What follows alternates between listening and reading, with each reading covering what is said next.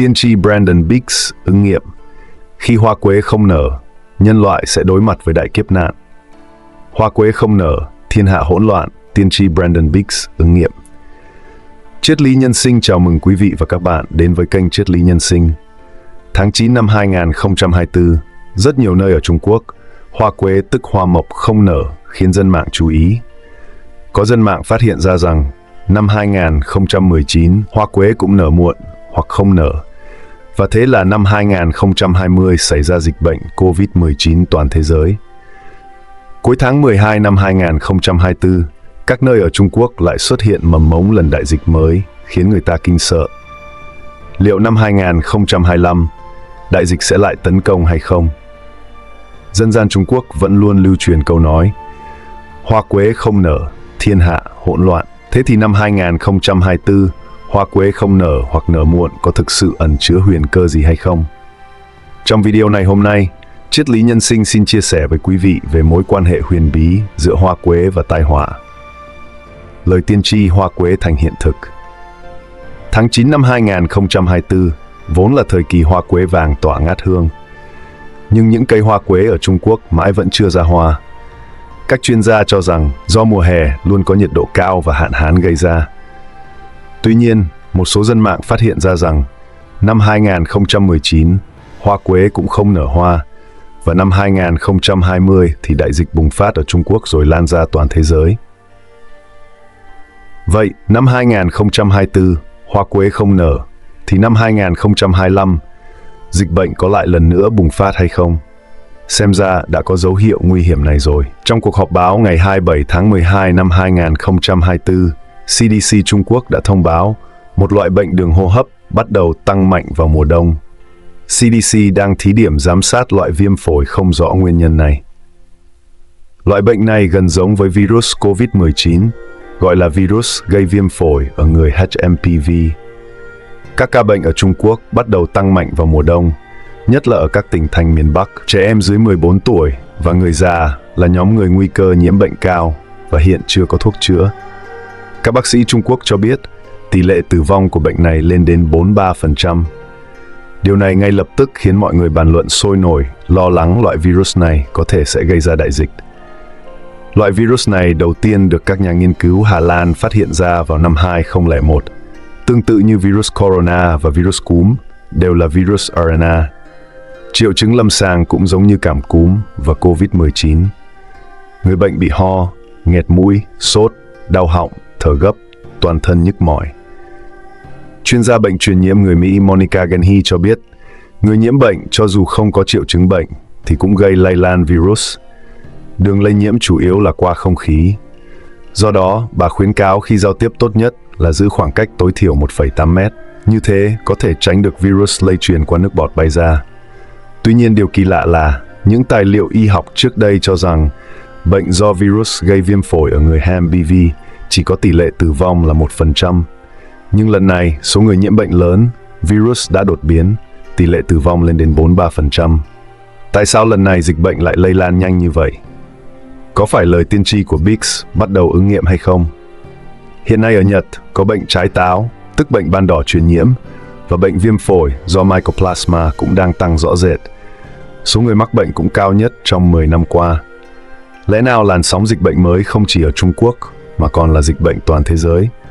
Xem ra, hoa quế không nở, quả thực là có ẩn chứa thiên cơ. Một người có nick là Gia Vượng Đạt viết rằng, hoa quế không nở, dự báo đại sự xảy ra. Người này khuyên mọi người nên làm nhiều việc thiện. Anh ấy nói rằng, tháng 8 hoa quế không nở là có việc xảy ra. Thiên đạo vô thường, thiện ác có trừng phạt, cuối cùng sẽ báo ứng. Chỉ có thời gian là chứng minh, người thiện bị người ta ức hiếp, nhưng trời không ức hiếp, người ác tự sẽ bị trời trừng trị. Hành thiện tích đức là tích phúc, âm đức tự sẽ để lại cho cháu con. Có nhân có quả, cuối cùng sẽ có báo ứng. Nhân quả luân hồi, luôn hiển hiện. Hoa quế vốn tượng trưng cho điều tốt đẹp và may mắn. Có thể vì vậy mà hoa quế có nở hoa hay không là có ý nghĩa đặc biệt. Trong lịch sử, những năm hoa quế không nở như mong đợi, thì dân gian thường coi là dấu hiệu báo trước, xã hội hỗn loạn hoặc tai họa, và lưu truyền câu nói, hoa quế không nở, thiên hạ hỗn loạn. Liệu hiện tượng hoa quế không nở có khả năng tiên đoán hay không? chúng ta hãy cùng xem mối liên quan giữa hoa quế và thế cuộc trong lịch sử. Những lần hoa quế không nở trong lịch sử. Vào những năm Gia Tĩnh Triều Minh, tức thời kỳ năm 1520 đến năm 1530, vùng Giang Nam xảy ra hiện tượng khiến người ta không thể nào hiểu nổi: hoa quế không nở. Nó được cho là dấu hiệu tích tụ mâu thuẫn xã hội, báo trước sự hỗn loạn trong tương lai. Khi đó, Triều Minh trông có vẻ mưa thuận gió hòa, tất cả đều ổn định. Nhưng trên thực tế, sự hù bại và tranh giành quyền lực trong nội bộ triều đình đã lặng lẽ quyết liệt. Ngoài biên cương có chiến tranh, trong nước dân sinh cực khổ. Lúc đó, tâm học của Vương Dương Minh được nghiên cứu rộng rãi trong giới đại phu và văn nhân, khiến con người suy nghĩ và tự hỏi về hiện trạng xã hội. Do đó, đương thời mọi người đều cho rằng hoa quế không nở nhất định là tượng trưng cho tâm trạng xã hội tiềm ẩn nào đó. Thực tế đó là một loại dự cảm bất an mạnh mẽ, là nói với thế nhân rằng đằng sau bề ngoài ổn định, đó là những nguy cơ đang chờ bùng phát. Hơn 200 năm sau, tức năm 1770, đến thời Càn Long, hoa quế lại không nở, khiến mọi người chú ý. Khi đó, thời Càn Long thịnh thế đang ở thời toàn thịnh. Nhưng năm đó, miền Bắc bị hạn hán và nạn châu chấu nghiêm trọng, hoa màu mất mùa, dân không còn đường sống. Cuộc sống người dân trở nên vô cùng gian nan. Mặc dù Hoàng đế Càn Long đã thi hành một loạt biện pháp cứu thế thiên tai, nhưng chiến tranh ở biên cương vẫn nổ ra liên tiếp, thế cuộc rất bất ổn. Đúng vào những năm biến động đó, hoa quế lại không nở như mong đợi. Nhiều người thầm đoán định, đây có phải là ám chỉ nguy cơ của thời Càn Long thịnh thế bắt đầu hiện hiện chăng? Hoàng đế Càn Long dường như cũng có dự cảm bất an, bèn mời đạo sĩ Kiều Lão Đạo đến cầu mưa. Nào ngờ, lão đạo sĩ tự xưng là thiên thần tại thế này, chỉ là kẻ lừa bịp. Làm sao có thể cầu mưa được? Hoàng đế Càn Long tức giận hạ lệnh chém đầu Kiều Lão Đạo thị chúng. Thế là năm đó hoa quế không nở, cầu mưa không xong, lão đạo sĩ bị chém đầu. Tuy nhiên, nếu nhìn lại lịch sử, chúng ta sẽ phát hiện ra rằng khi đó thời Càn Long thịnh thế nhìn có vẻ vô cùng tươi đẹp, nhưng thực tế là đã lặng lẽ xuống dốc rồi. Đến những năm Gia Khánh, vương triều nhà Thanh bắt đầu rơi vào hủ bại và hỗn loạn. Đến năm 1910, xã hội Trung Quốc đã có những thay đổi mạnh mẽ, và năm đó hoa quế lại lần nữa không nở. Lúc này triều Thanh đã lung lay sắp đổ rồi, bên ngoài thì các cường quốc xâm chiếm, nội bộ thì rối loạn bất an, các nơi nổ ra các cuộc khởi nghĩa chống nhà Thanh, và cuộc cách mạng Tân Hợi cũng đang lên phong trào. Vậy nên, khi đó hoa quế không nở được, người đương thời coi là dấu hiệu triều Thanh sắp kết thúc. Quả nhiên, năm 1911 nổ ra cách mạng Tân Hợi, đế chế ngàn năm đã tan thành mây khói. Trung Quốc nghênh đón thời kỳ hoàn toàn mới. Thế nên, năm 2024, hoa quế không nở, mọi người tự hỏi có phải là phát đi tín hiệu tương tự hay không? Tiên tri Brandon Biggs ứng nghiệm. Ngày 9 tháng 11, ông Brandon Biggs đã chia sẻ giấc mộng khiến người ta kinh sợ. Trong mộng, ông thấy Tổng thống Trump tuyên bố một thông báo quan trọng. Một dịch bệnh có tỷ lệ tử vong cao hơn COVID-19 rất nhiều, đang lan rộng rãi, khiến ông không thể không áp dụng chính sách phong tỏa nhằm ngăn chặn sự phát tán của dịch bệnh. Ngày 2 tháng 7 năm 2024, ông Brandon Biggs nói rằng ông nhận được sự chỉ dẫn của Thượng Đế, nhìn thấy linh giới nổi lên cơn bão lớn, đối ứng với trận dịch bệnh lớn sắp xảy ra ở nhân gian. Ông Brandon Biggs nói sẽ có khoảng 350 triệu người bị dịch bệnh đem đi. Ông nhấn mạnh những lời này không phải là khiến người ta kinh sợ, vì trong mộng, ông nhìn thấy ông Trump, hai tay đang nâng cái bục có ấn dương Tổng thống. Ông mặc áo vest xanh lam thẫm, áo sơ mi trắng và thắt cà vạt đỏ, nét mặt nghiêm trang tuyên bố: hỡi đồng bào Mỹ, tôi phải nói với mọi người rằng một dịch bệnh mới đang lây lan. Ông Brandon Biggs cũng nhìn thấy ông Trump giải thích với dân chúng rằng tỷ lệ tử vong của loại virus mới này cao hơn nhiều so với dịch bệnh lần trước. Tương lai số người bị dịch bệnh đem đi sẽ tăng lớn. Do đó chúng ta buộc phải phong tỏa quy mô lớn, tạm dừng tất cả các chuyến bay, bao gồm cả các chuyến bay quốc tế. Ông còn bổ sung rằng dịch bệnh khởi nguồn từ châu Âu, miền Bắc nước Mỹ là nơi phát bệnh đầu tiên, sau đó lan ra các khu vực miền Đông. Do dịch bệnh nghiêm trọng nên phong tỏa sẽ kéo dài đến hơn 20 ngày. Hơn nữa, con đường lây lan không phải là tiếp xúc hay các chất dịch cơ thể, mà chủ yếu là qua không khí. Ông Brandon Biggs nói, đây là điều Thượng Đế để ông nhìn thấy. Thời gian dịch bệnh xảy ra là mùa xuân vì ông nhìn thấy những cành cây đang nảy trồi. Ông Brandon Biggs nói, ông nhìn thấy tất cả các trang mạng tin tức đều đưa tin về loại virus mới này và tỷ lệ tử vong rất cao. Ông Brandon Biggs nói, nó nghiêm trọng nên tôi buộc phải nói với các bạn, bất kể là các bạn có tin hay không. Có dân cư mạng nói rằng, đạo đức và lương tri là phương thức tự bảo vệ mình tốt nhất mà Thượng Thiên đã ban cho con người. Bất kể là thế cuộc của thế giới hỗn loạn thế nào, hay xảy ra thiên tai nhân họa hay dịch bệnh gì, thì những người giữ vững thiện lương tín phụng chính thần cuối cùng sẽ vượt qua kiếp nạn được cứu rỗi. Thái thượng Cảm Ứng Thiên có nói rằng, người thiện thì người người kính trọng, thiên đạo trợ giúp, phúc lộc theo đến, các thứ tà tránh xa, thần linh bảo vệ. Khổng Tử nói rằng, người nhân đức thì sống lâu. Vì vậy có thể thấy, các bậc thánh hiền từ xa xưa cho đến người hiện đại đều cho rằng, người nhân đức, thiện lương, giữ vững lương tri thì sẽ vượt qua được các tai nạn, kiếp họa, sẽ sống khỏe mạnh, sống lâu, được phúc báo. Quý vị nhìn nhận thế nào về lời tiên tri, hoa quế không nở, thiên hạ hỗn loạn, và lời tiên tri về dịch bệnh lớn nguy hiểm mà ông Brandon Biggs cảnh báo? Xin hãy chia sẻ với Triết lý Nhân sinh và các bạn khán giả khác trong phần bình luận nhé. Lời tiên tri ẩn chứa trong ngày sinh và nghiệp chướng của bạn. Ngày sinh nói gì về nghiệp chướng của bạn? Bạn có biết rằng ngày sinh của mình không chỉ là một con số ngẫu nhiên, nó chứa đựng những bí mật sâu sắc về nghiệp và những bài học tinh thần mà bạn cần học trong cuộc sống này. Trong video này, chúng ta sẽ khám phá những gì giáo lý Phật giáo nói về cách ngày sinh của bạn, có thể chỉ ra những thử thách, phước lành và mục đích linh hồn của bạn. Hãy sẵn sàng để ngạc nhiên vì những gì bạn sắp khám phá có thể thay đổi hoàn toàn cách bạn nhìn nhận về định mệnh của mình. Hãy tưởng rằng bạn sẽ hiểu được lý do tại sao những mẫu hình nhất định cứ lặp lại trong cuộc sống của bạn, hay tại sao bạn thu hút những kiểu người và tình huống đặc biệt.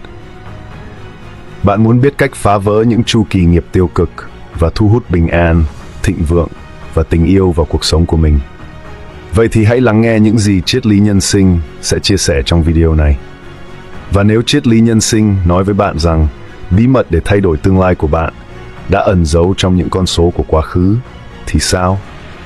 Càng ngày càng có nhiều người nhận ra rằng những con số trong ngày sinh của họ chính là chìa khóa để cân bằng tinh thần và thức tỉnh sâu sắc. Đừng bỏ lỡ cơ hội khám phá những bí ẩn này. Hãy nhớ thích video, đăng ký kênh của Triết lý Nhân sinh và bật thông báo để không bỏ lỡ bất kỳ nội dung chuyển hóa nào như vậy. Và đây là thử thách. Hãy bình luận dưới video, tôi thu hút những điều tích cực vào cuộc sống để bắt đầu thay đổi tần số của bạn ngay bây giờ. Khái niệm về nghiệp thường bị hiểu nhầm. Nhiều người cho rằng đó chỉ là một luật nhân quả đơn giản, một hình thức trừng phạt hay phần thưởng tự động cho hành động của con người. Tuy nhiên, giáo lý Phật giáo chỉ ra rằng nghiệp là một khái niệm sâu sắc hơn nhiều. Nó là sự tích tụ năng lượng không chỉ từ hành động vật lý, mà còn từ những ý định, suy nghĩ và cảm xúc mà chúng ta mang theo trong suốt cuộc đời. Từ lúc chào đời, mỗi người đã mang theo mình một trường nghiệp, một bộ xu hướng và những bài học cần phải hiểu và làm việc với chúng. Vậy tại sao điều này lại quan trọng? Bởi vì hiểu về nghiệp của mình có thể là chìa khóa để mở ra một con đường sống hài hòa và viên mãn hơn. Khi hiểu rõ ảnh hưởng nghiệp mà mình mang theo từ khi sinh ra, bạn có thể đưa ra những quyết định sáng suốt hơn, phù hợp với mục đích tinh thần của mình. Hãy tưởng tượng nếu bạn có thể nhận ra những mẫu hình tiêu cực cứ lặp lại trong cuộc sống, và thay vì chỉ phản ứng, bạn có thể biến chúng thành cơ hội để phát triển và tiến hóa bản thân. Các bậc thầy Phật giáo dạy rằng nghiệp không phải là bản án, mà là cơ hội để chuyển hóa. Nó không phải là hình phạt từ những kiếp trước, mà là cơ hội để mài giũa linh hồn và tiến hóa về mặt tinh thần. Bằng cách nhận diện những mẫu nghiệp này, bạn có thể điều chỉnh hành động và suy nghĩ của mình để hiện tại và tương lai phù hợp với phiên bản tốt nhất của chính mình. Vậy hãy theo dõi video và tự hỏi, nghiệp của tôi đang cố gắng dạy tôi điều gì? Trong video này, Triết lý Nhân sinh sẽ giúp bạn tự nhận thức sâu sắc để có thể nhận diện và làm việc với những năng lượng này trong cuộc sống, sử dụng sức mạnh chuyển hóa của giáo lý Phật giáo.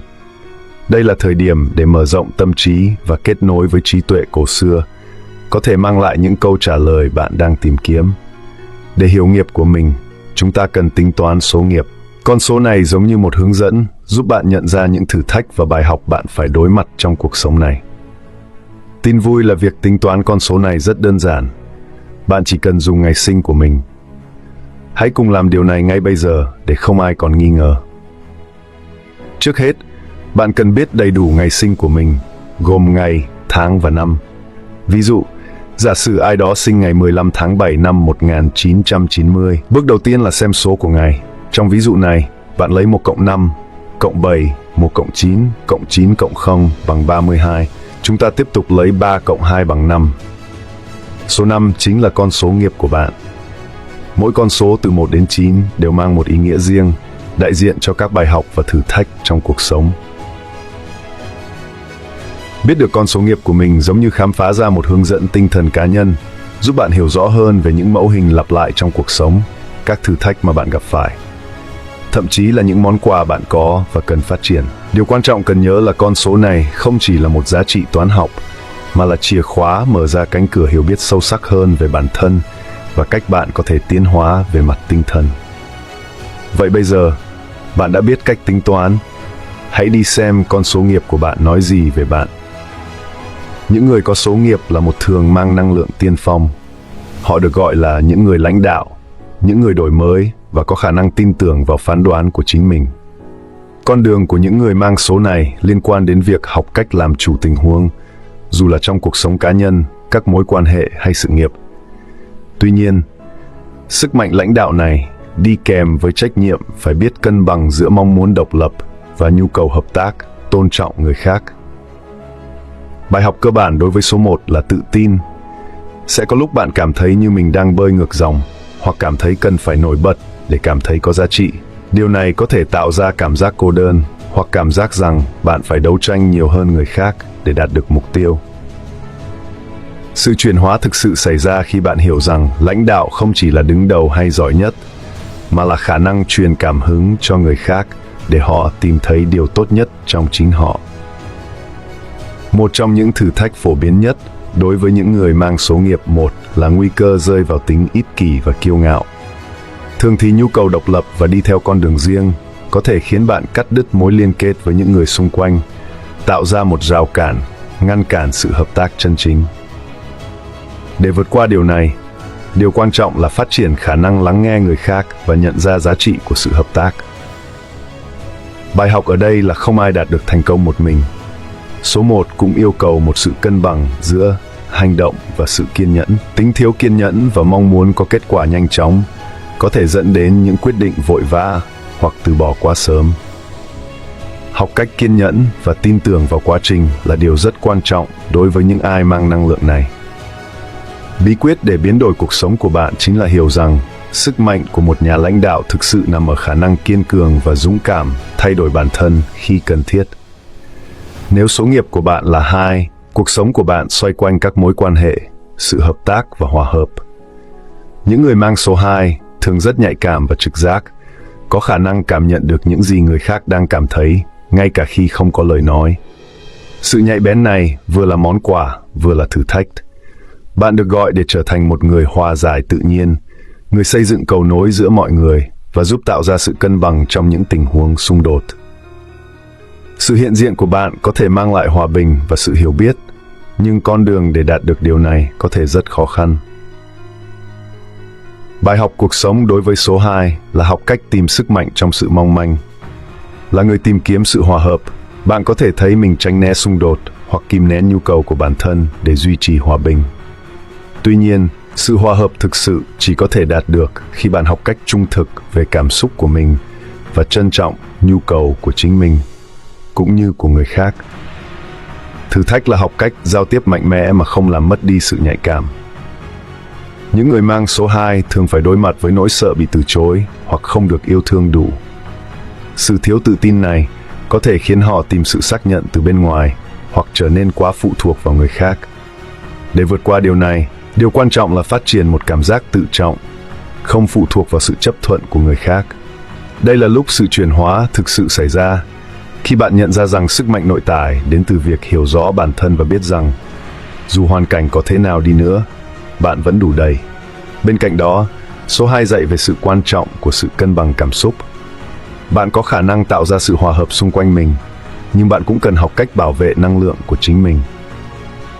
Các thực hành như thiền, những khoảnh khắc cô độc và xây dựng các mối quan hệ nuôi dưỡng tâm hồn là điều cần thiết. Sức mạnh thực sự của số 2 là khả năng yêu thương vô điều kiện, bắt đầu từ chính bản thân mình.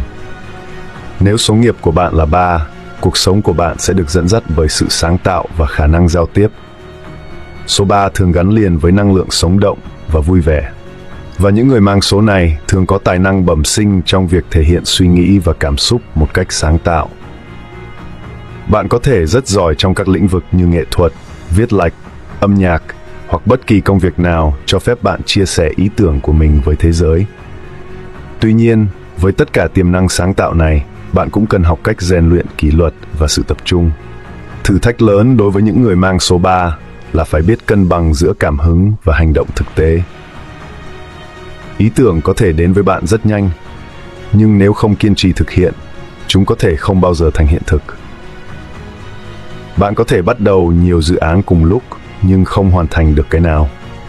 Bài học ở đây là phát triển sự tự kỷ luật để có thể theo đuổi và hoàn thành những ý tưởng của mình, ngay cả khi sự hào hứng ban đầu đã qua đi. Số 3 cũng liên quan đến giao tiếp và xây dựng các mối quan hệ tốt đẹp. Khả năng kết nối với người khác là một trong những món quà lớn của bạn, nhưng nó cũng có thể trở thành yếu điểm nếu bạn không biết cách quản lý năng lượng của mình. Điều quan trọng là học cách lắng nghe nhiều như bạn nói và dùng lời nói để nâng đỡ, truyền cảm hứng thay vì gây tổn thương. Sự chuyển hóa thực sự xảy ra khi bạn nhận ra rằng giao tiếp không chỉ là nói mà còn là lắng nghe. Số 3 cũng dạy về sự quan trọng của niềm vui và sự nhẹ nhàng trong cuộc sống. Cuộc sống không phải lúc nào cũng nghiêm túc, và việc mang lại sự tươi vui và tiếng cười cho người xung quanh có thể là một phước lành.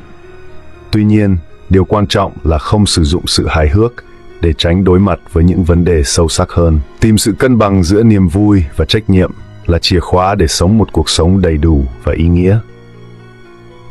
Nếu số nghiệp của bạn là 4, cuộc sống của bạn gắn liền với việc tìm kiếm sự ổn định, trật tự và an ninh. Số 4 là con số của những người xây dựng, luôn tìm cách tạo dựng nền tảng vững chắc trong mọi lĩnh vực cuộc sống, từ công việc, mối quan hệ đến gia đình. Bạn có năng lượng thực tế và có tổ chức, luôn nỗ lực để đạt được sự viên mãn thông qua công sức và kiên trì. Tuy nhiên, với cấu trúc này, bạn cũng có thể rơi vào thói quen cứng nhắc và bướng bỉnh. Bài học cuộc sống đối với số 4 là học cách cân bằng giữa sự an toàn và sự linh hoạt. Bạn có thể rất dễ dàng giữ vững một cách làm việc và chống lại sự thay đổi. Nhưng cuộc sống được tạo thành từ những chu kỳ, và một phần trong hành trình của bạn là học cách thích nghi với những thay đổi mà không đánh mất trọng tâm vào những điều quan trọng. Thử thách ở đây là biết cách lập kế hoạch và tổ chức, nhưng cũng cần mở lòng với những điều bất ngờ. Những người mang số 4 thường cảm thấy áp lực phải kiểm soát mọi thứ. Điều này có thể tạo ra căng thẳng và cảm giác gánh nặng. Như thế, tất cả trách nhiệm đều đè lên vai bạn. Học cách ủy thác công việc, tin tưởng người khác và buông bỏ một chút kiểm soát có thể mang lại sự giải thoát. Sự chuyển hóa thực sự xảy ra khi bạn nhận ra rằng sức mạnh không chỉ đến từ sự ổn định, mà còn từ khả năng kiên cường đối mặt với khó khăn. Số 4 cũng dạy về tầm quan trọng của việc cân bằng giữa công việc và nghỉ ngơi. Nếu bạn quá tập trung vào việc xây dựng một cuộc sống ổn định, bạn có thể dễ dàng bị cuốn vào việc làm quá sức hoặc trở nên cầu toàn. Điều quan trọng là nhớ rằng cuộc sống không chỉ về những gì bạn đạt được, mà còn về cảm nhận của bạn trong suốt hành trình. Hãy dành thời gian để thư giãn, vui chơi và nuôi dưỡng đam mê. Đó là yếu tố cần thiết cho một cuộc sống cân bằng và viên mãn. Nếu số nghiệp của bạn là 5, cuộc sống của bạn được dẫn dắt bởi khao khát tự do, sự thay đổi và phiêu lưu. Những người mang số 5 có năng lượng tự nhiên là không ngừng tìm kiếm, khám phá và thử thách những gì đã có. Họ bị thu hút bởi những trải nghiệm mới, du lịch và những gì thách thức quy chuẩn hiện tại. Sứ mệnh của bạn là học cách di chuyển qua thế giới với sự linh hoạt và cởi mở, ôm lấy sự không chắc chắn và sử dụng nó như một công cụ để phát triển. Tuy nhiên, việc tìm kiếm sự đổi mới không ngừng có thể mang đến thử thách là học cách tìm ra sự cân bằng giữa tự do, và trách nhiệm. Một trong những bài học quan trọng dành cho những người mang số nghiệp 5 là hiểu rằng tự do thực sự không chỉ là khả năng đi đến đâu cũng được, mà là khả năng thích nghi với bất kỳ tình huống nào một cách duyên dáng và thông minh. Đôi khi, bạn có thể cảm thấy rằng việc ở lại một chỗ quá lâu giống như bị giam cầm. Bí quyết để tiến bộ là nhận ra rằng sự ổn định đôi khi có thể tạo ra nền tảng cần thiết cho một cuộc phiêu lưu lớn hơn trong tương lai. Thử thách đối với số 5 là tránh hành động bốc đồng và thiếu cam kết. Nhu cầu thay đổi liên tục có thể khiến bạn trở nên hời hợt trong các dự án và mối quan hệ. Bạn có thể dễ dàng cảm thấy nhàm chán và chuyển sang thứ mới mà không hoàn thành những gì đã bắt đầu. Học cách tập trung và kiên trì là điều quan trọng để cân bằng với năng lượng di chuyển này. Sự chuyển hóa thực sự xảy ra khi bạn biết giữ cho tinh thần phiêu lưu của mình luôn hứng khởi, nhưng đồng thời cũng chăm sóc những cội rễ giúp bạn vững vàng. Hơn nữa, số 5 dạy bạn về tầm quan trọng của việc tận hưởng hiện tại, thay vì luôn tìm kiếm trải nghiệm lớn tiếp theo. Đôi khi, cuộc phiêu lưu lớn nhất là tự khám phá bản thân, tìm hiểu bạn là ai và làm thế nào để sử dụng tự do đó một cách có ý thức và đầy giá trị. Tìm ý nghĩa trong những điều nhỏ nhặt, trong những khoảnh khắc yên tĩnh và trong những kết nối chân thành có thể là sự khám phá vĩ đại nhất.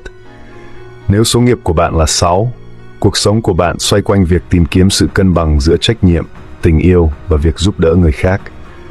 Số 6 là con số của sự nuôi dưỡng, chăm sóc và hài hòa.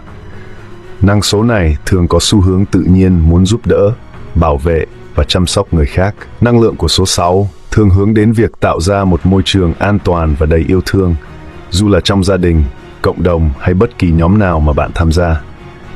Tuy nhiên, mong muốn chăm sóc này đôi khi có thể khiến bạn quên đi bản thân. Bài học quan trọng đối với số 6 là học cách tìm ra sự cân bằng giữa việc cho đi và nhận lại. Bạn có thể có xu hướng gánh vác quá nhiều trách nhiệm, đến mức bỏ quên nhu cầu của chính mình.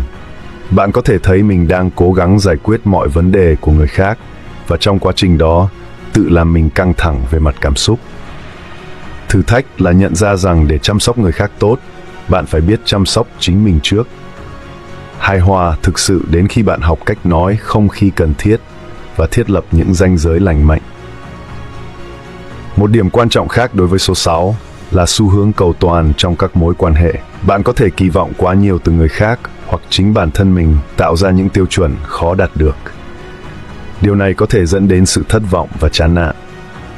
Bài học là chấp nhận rằng cả bạn và người khác đều là con người, và sự không hoàn hảo là một phần trong hành trình.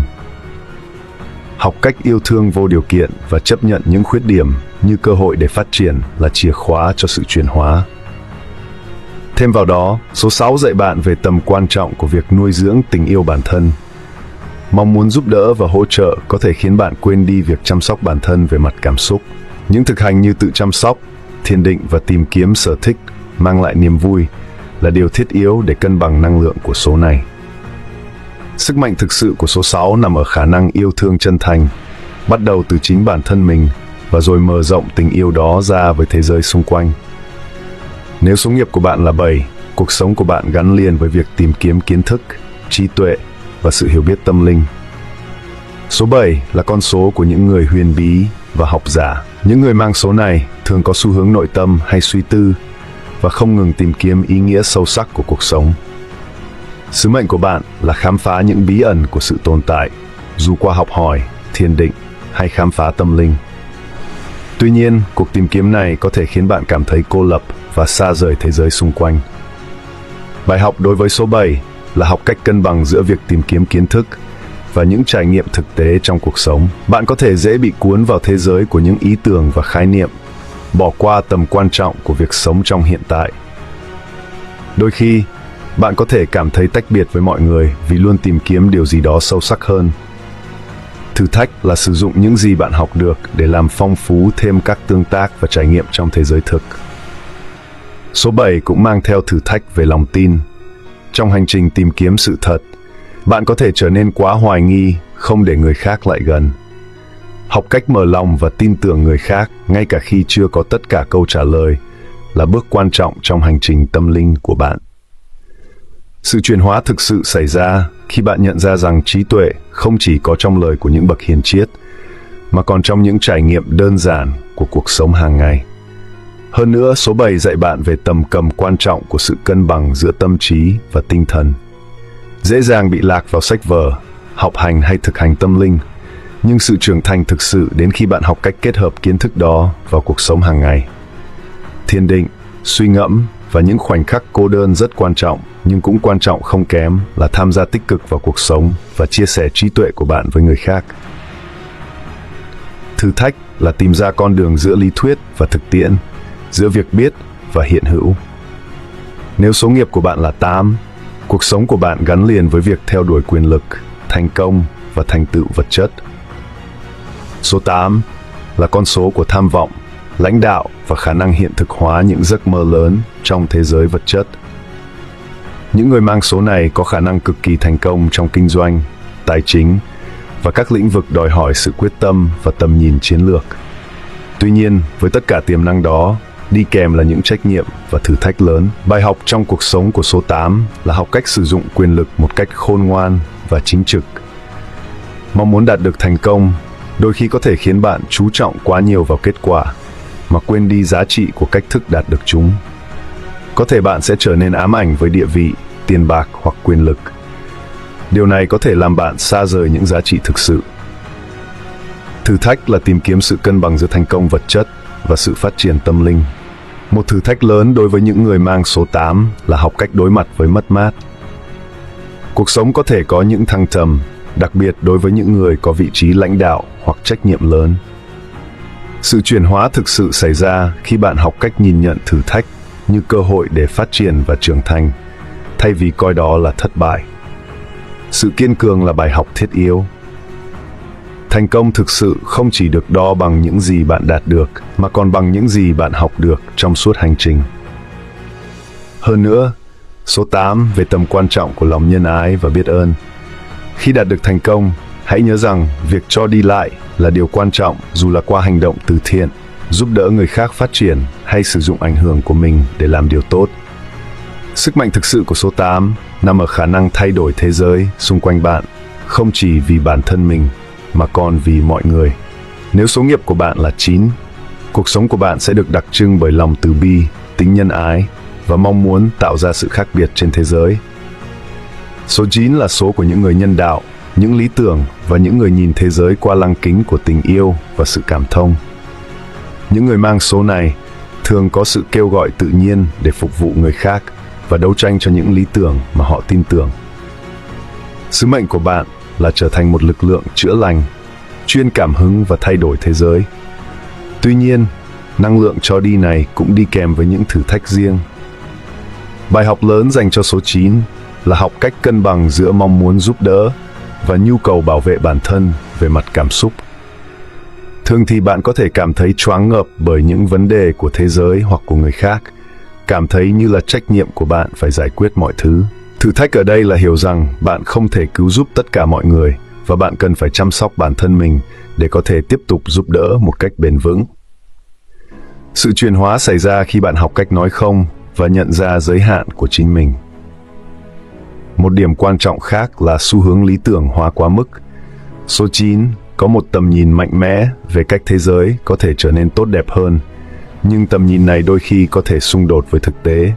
Thử thách là chấp nhận rằng thế giới không hoàn hảo và sự thay đổi thực sự diễn ra từng bước một, không phải tất cả cùng một lúc.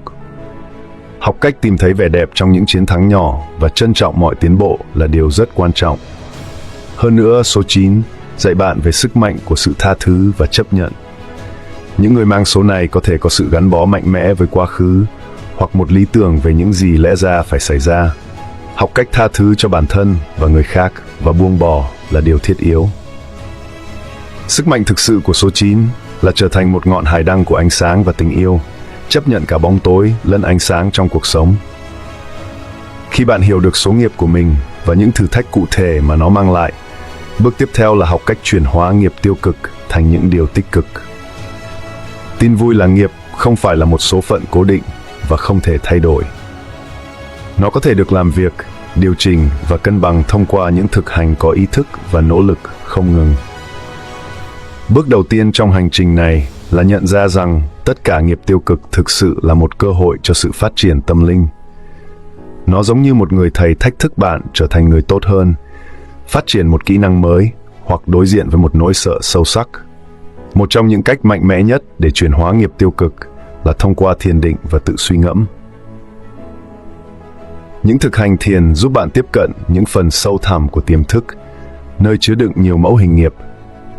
Thông qua thiền đều đặn, bạn có thể bắt đầu quan sát suy nghĩ và cảm xúc của mình từ một góc nhìn cao hơn mà không bị cuốn theo những phản ứng tự động. Những bài thiền hướng dẫn tập trung vào việc thanh tẩy nghiệp, sự tha thứ và giải phóng cảm xúc tiêu cực có thể đặc biệt hiệu quả. Chìa khóa ở đây là sự kiên trì. Dành vài phút mỗi ngày để thiền có thể mang lại sự chuyển hóa lớn theo thời gian. Một thực hành quan trọng khác là tự hiểu biết thông qua phân tích bản thân. Việc ghi chép nhật ký, nơi bạn phản ánh về hành động, cảm xúc và phản ứng của mình trong ngày, có thể giúp bạn nhận diện các mẫu hành vi nghiệp tiêu cực lặp lại. Hãy tự hỏi, tại sao tôi lại phản ứng như vậy? Hoặc, tình huống này đang cố dạy tôi điều gì? Loại câu hỏi này dẫn đến sự nhận thức, và nhận thức là bước đầu tiên để thay đổi. Theo thời gian, bạn sẽ nhận thấy rằng nhiều tình huống thử thách mà bạn đối mặt thực sự là những phản chiếu của các bài học chưa được học. Tha thứ cho bản thân và người khác là một yếu tố quan trọng trong việc cân bằng nghiệp. Thường thì, chúng ta mang theo những gánh nặng, cảm xúc nặng nề, khiến chúng ta bị trói buộc trong các vòng nghiệp tiêu cực. Bằng cách tha thứ, bạn giải phóng những mối liên kết này và tạo không gian cho những năng lượng mới có thể chảy vào cuộc sống của bạn. Tha thứ không có nghĩa là quên đi hay chấp nhận hành vi có hại, mà là giải phóng bản thân khỏi gánh nặng của cơn giận, sự oán giận và nỗi đau. Một thực hành mạnh mẽ cho việc này là kỹ thuật Ho'oponopono, một phương pháp hòa giải và tha thứ của Hawaii, nơi bạn lặp lại các câu: tôi xin lỗi, làm ơn tha thứ cho tôi yêu bạn, cảm ơn bạn. Thực hành đơn giản nhưng sâu sắc này có thể giúp làm sạch ký ức nghiệp tiêu cực. Ngoài ra, những hành động có ý thức và đầy lòng từ bi trong cuộc sống hàng ngày có thể có ảnh hưởng sâu sắc đến việc chuyển hóa nghiệp. Khi bạn hành động với lòng từ bi, sự cảm thông và sự tốt bụng, bạn tạo ra năng lượng tích cực xung quanh mình, giúp cân bằng và làm dịu đi nghiệp từ quá khứ. Những hành động nhỏ như giúp đỡ ai đó mà không mong đợi nhận lại, tặng một nụ cười chân thành cho người lạ, hay đơn giản là đối xử tốt với bản thân trong những lúc khó khăn, đều tạo ra một hiệu ứng lan tỏa của những làn sóng tích cực, ảnh hưởng năng lượng của bạn. Bằng cách chọn hành động có ý thức, bạn có thể kiểm soát nghiệp của mình và biến nó thành một lực lượng của ánh sáng và sự phát triển. Quan trọng là hiểu rằng, nghiệp được hình thành từ những sự lựa chọn mà bạn đưa ra mỗi ngày. Khi thực hành những kỹ thuật này và thay đổi tư duy trong cuộc sống, bạn không chỉ cân bằng nghiệp của mình, mà còn tạo ra một con đường với nhiều sự hài hòa, mục đích và niềm vui hơn. Đây là hành trình chuyển hóa và tự khám phá mà các giáo lý tâm linh khuyến khích chúng ta tham gia. Trong suốt video này, chúng ta đã tìm hiểu về cách mà số nghiệp của bạn có thể cung cấp một bản đồ sâu sắc về những bài học bạn đến để học trong cuộc đời này, những điểm mạnh và những thử thách có thể gặp phải trên con đường của bạn. Mỗi con số từ 1 đến 9 đều mang một ý nghĩa riêng biệt và mạnh mẽ, và hiểu về con số này giống như có một la bàn tâm linh chỉ ra hướng đi đúng đắn.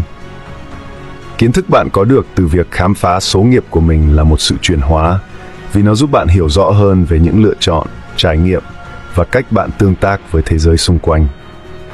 Khi bạn biết số nghiệp của mình, bạn có thể bắt đầu nhận ra các mẫu hành vi trong cuộc sống, những điều trước đây có thể gây nhầm lẫn hoặc cảm giác bất công.